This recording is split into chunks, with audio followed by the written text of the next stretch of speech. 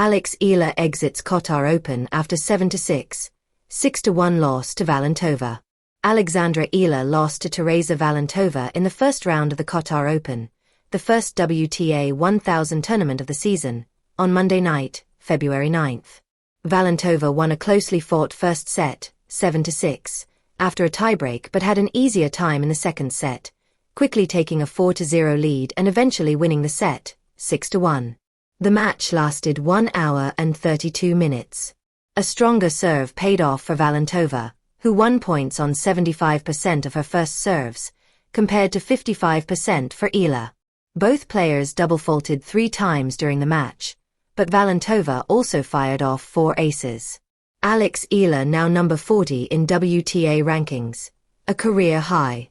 Before proceeding to Doha, Eala rose 5 places and reached a career-high number 40 in the Women's Tennis Association, WTA, rankings. She achieved that by reaching the quarterfinals of the Mubadala Abu Dhabi Open, where she lost to Ekaterina Alexandrova, 31, last February 5. The Russian player is currently ranked number 10 in women's singles. The last time they met in October 2025, Valentova also defeated Eala 6-1. 6-2 in the Japan Women's Open round of 32. She eventually reached the finals of that tournament, where she lost to Leylah Fernandez. Valentova is currently ranked number 48. Like Eala, the rising star from the Czech Republic had a breakout year in 2025. An early 19th birthday celebration for Valentova. She won 2 WTA 125 titles in Grado, Italy and Porto, Portugal, and reached the second round in both the French Open and US Open, where she lost to Coco Gauff and Elena Rybakina, respectively. She will turn 19 later this month. Valentova reached the final of the US Open girls singles in 2023, where she was the eventual runner-up to Catherine Hui. Eala had won the US Open girls title in 2022, defeating Lucy Havlikova.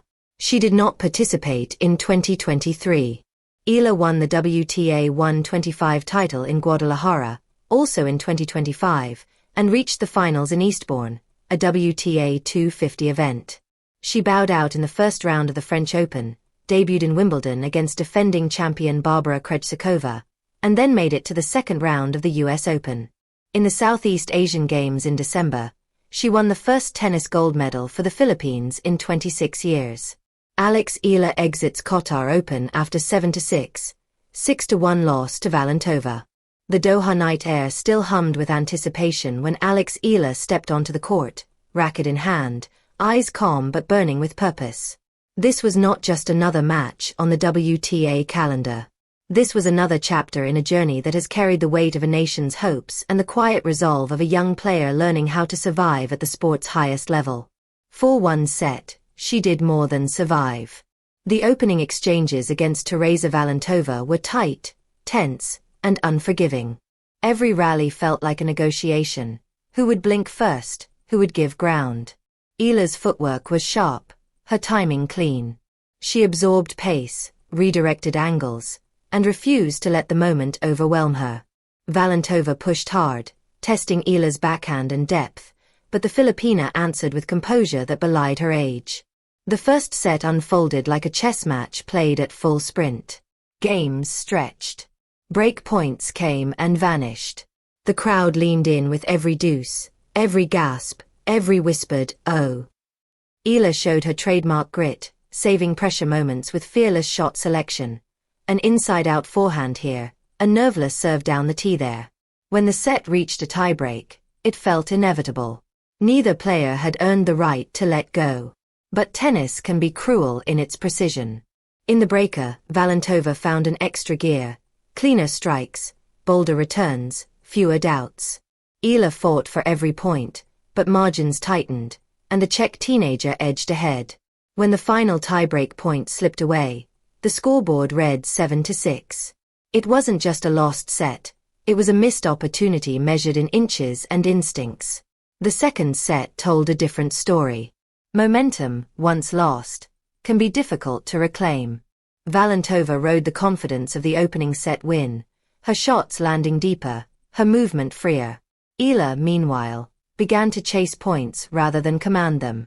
Errors crept in, not from panic, but from the fine exhaustion that comes from pushing too hard for too long. The games moved quickly now. 2-0. 4-1. 5-1. Still, Eala never stopped competing. Between points, she reset. Between games, she adjusted. She chased down balls most players would abandon and fought for rallies that no longer promised reward. There was no visible frustration, no surrender.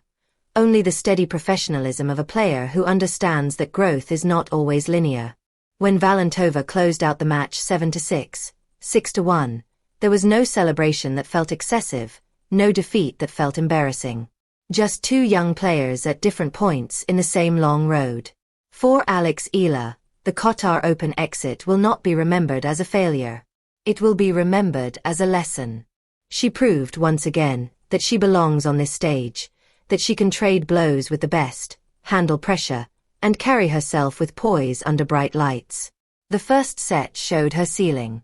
The second set revealed what still needs refining: physical endurance, momentum control, and the brutal art of finishing when margins are thin. These are not weaknesses. They are mile markers. Tennis careers are not built on single nights in Doha. They are built on accumulation of experience, resilience, and belief. Every tough loss sharpens the edges. Every setback becomes part of the architecture. As Eala walked off the court, racket tucked under her arm, the scoreboard told one story. Her journey told another. One of steady ascent, quiet confidence, and a future still very much unfolding. The Qatar Open ends here for Eala. But the climb does not. And somewhere down the road, matches like this, the narrow tiebreak, the harsh second set, will be remembered not as endings, but as beginnings.